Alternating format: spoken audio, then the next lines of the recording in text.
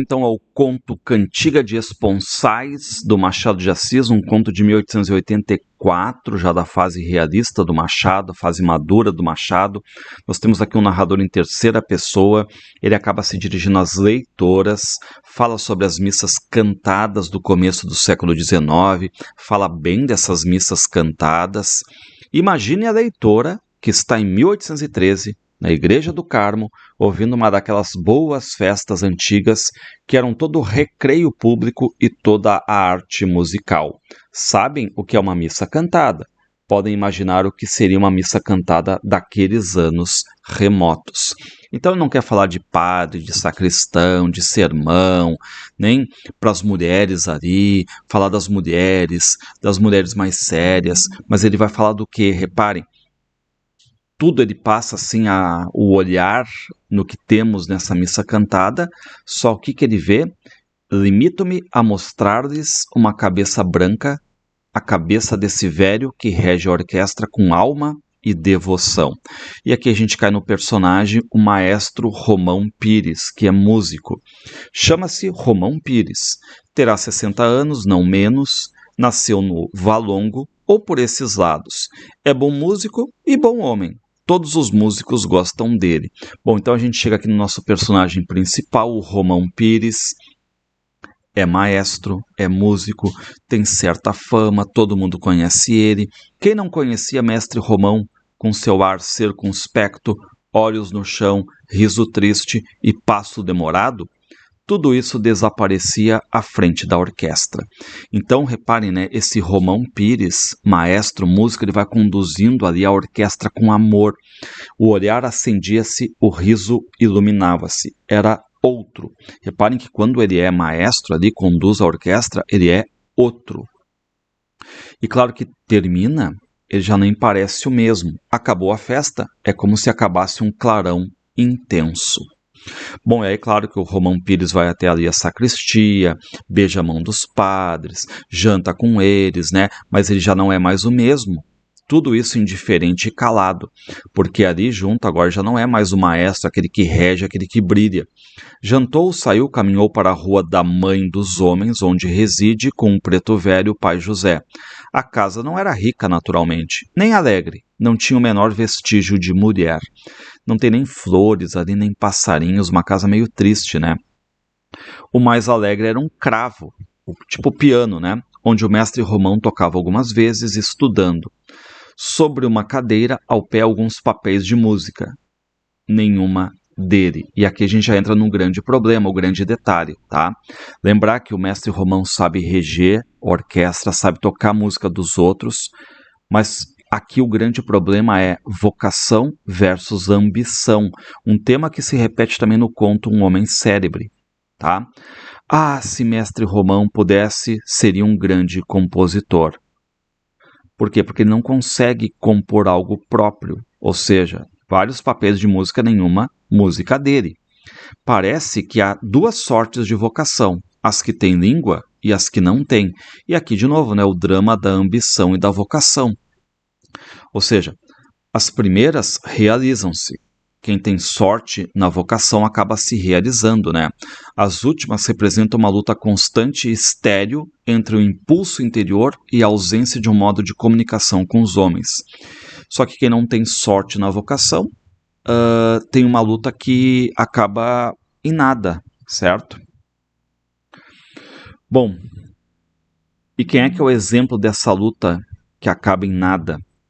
Uma luta ali constante, uma luta estéril, né? Romão era destas. Tinha a vocação íntima da música. Trazia dentro de si muitas óperas e missas, um mundo de harmonias novas e originais que não alcançava exprimir e pôr no papel. Ou seja, o repertório dele é imenso, mas de música dos outros. As dele, as próprias, não. E como é que fica o nosso personagem ali? Reparem, esta era a causa única da tristeza de Mestre Romão. Ou seja, não conseguir colocar o que ele tem de música no papel, própria. Dos outros, conhece todas, repertório imenso, mas dele, não. E claro que muitos ali veem que ele está triste, né? Alguns acham que até por outro motivo e tal, mas não é. O motivo é a música. Uns diziam isto, outros aquilo. Alguns diziam que era doença, falta de dinheiro, algum desgosto antigo, mas a verdade é esta, diz o narrador em terceira pessoa. A causa da melancolia do mestre Romão era não poder compor, não possuir o meio de traduzir o que sentia.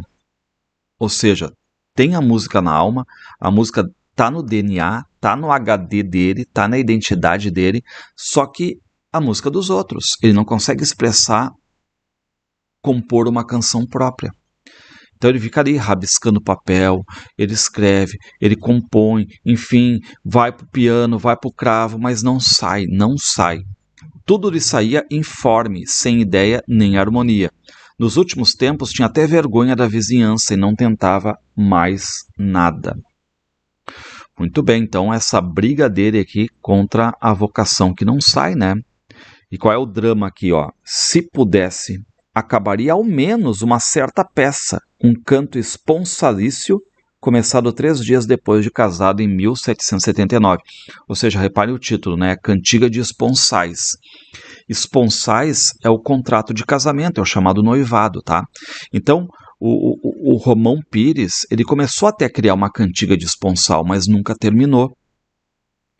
A mulher, que tinha então 21 anos e morreu com 23, não era muito bonita, nem pouco, mas extremamente simpática, e amava-o tanto como ele a ela.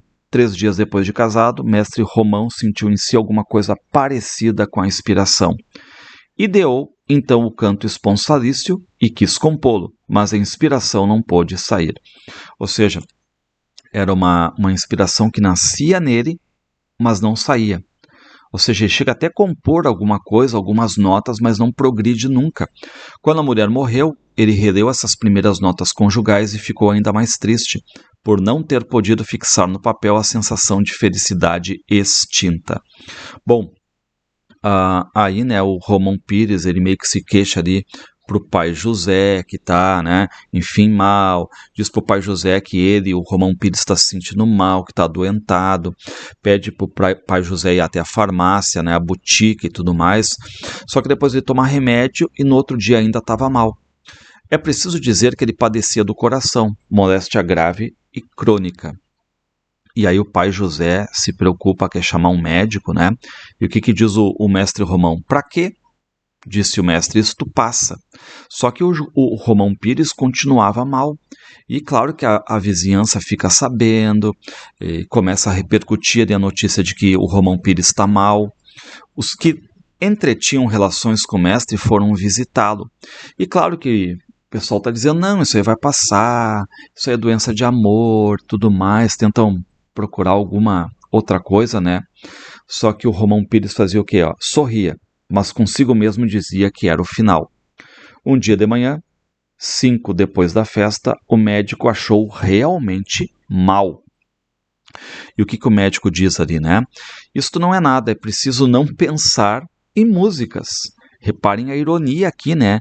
No que o Romão Pires pensa, só em música. Reparem, né? Em músicas, justamente esta palavra do médico deu ao mestre um pensamento. Logo que Romão ficou só, com o escravo, abriu a gaveta onde guardava desde 1779 o canto esponsalício começado e nunca terminado, né? E qual é a ideia do Romão Pires agora? Bom, eu vou terminar a cantiga de esponsal, né? Qualquer coisa servia, uma vez que deixasse um pouco de alma na terra. Ou seja, eu vou morrer, mas pelo menos alguma coisa minha tem que ficar. As que eu toco, essas músicas todas ficaram de grandes compositores, né? Mas eu vou morrer e só vou ser chamado de um grande maestro, um grande músico, mas o que eu compus, nada. Então eu vou terminar essa cantiga de esponsais e deixar um pouco de alma na terra, uma arte na terra, né? E o que ele pensa? Quem sabe, em 1880, talvez se toque isto, e se conte que um tal mestre Romão, enfim, foi compositor. O princípio do canto da cantiga de esponsais rematava em um certo lá. E aí, inclusive, chegam a colocar o cravo, piano ali na sala, né? Que dava para o quintal, porque o mestre Romão queria ar. Pela janela, viu na janela dos fundos de outra casa 2 casadinhos de 8 dias, debruçados, com os braços por cima dos ombros e 2 mãos presas. Mestre Romão sorriu com tristeza. Aqueles chegam, disse ele. Eu saio. comporei ao menos este canto que eles poderão tocar. Ou seja, tem um casal novo que está ali, recém-casados basicamente, estão ali amorosos, né? E basicamente o mestre Romão pensa, pode servir de inspiração para mim, né? Eu estou quase morrendo, vou embora desta vida, eles estão recém-surgindo para esta vida, eu morro, pelo menos eu vou deixar alguma coisa de inspiração que possa, né, ser tocado no futuro, né? Só que aí vem um problema. O Romão Pires começa a tocar, chega até a parte que ele já compôs, até o remate final com a nota lá, só que acontece nada, não passava adiante. Impossível nenhuma inspiração. E claro, né, que ele não tem muita pretensão ali. Ele não exigia uma peça profundamente original, mas enfim, alguma peça, alguma coisa, tá?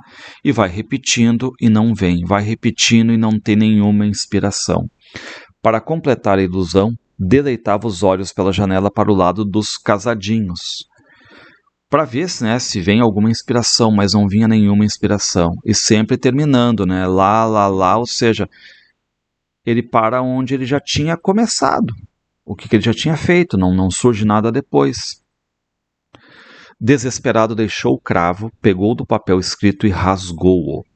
E aí, para finalizar, nesse momento, a moça, embebida no olhar do marido, dos casadinhos ali, começou a cantarolar à toa, inconscientemente, uma coisa nunca antes cantada nem sabida, na qual coisa um certo lá trazia após si uma linda frase musical, justamente a que mestre Romão procurava anos sem achar nunca. O mestre ouviu com tristeza, abanou a cabeça e a noite expirou. Ou seja, aqui o drama da ambição de uma vocação que não evolui, né? De certo modo até natural ali, essa mulher, esse casal novinho ali, a mulher, né, acaba naturalmente cantarolando a continuação, talvez, da música do mestre Romão, e uma pessoa que talvez nem seja maestro e tudo mais, né, e o João Romão, que estudava, que sabia tudo, o Romão Pires, acaba não conseguindo colocar isso no papel, né. Enfim, vocação e ambição também aqui, tá? Grande abraço, se inscrevam aí no canal Leituras Obrigatórias, pessoal, façam esse favor aí.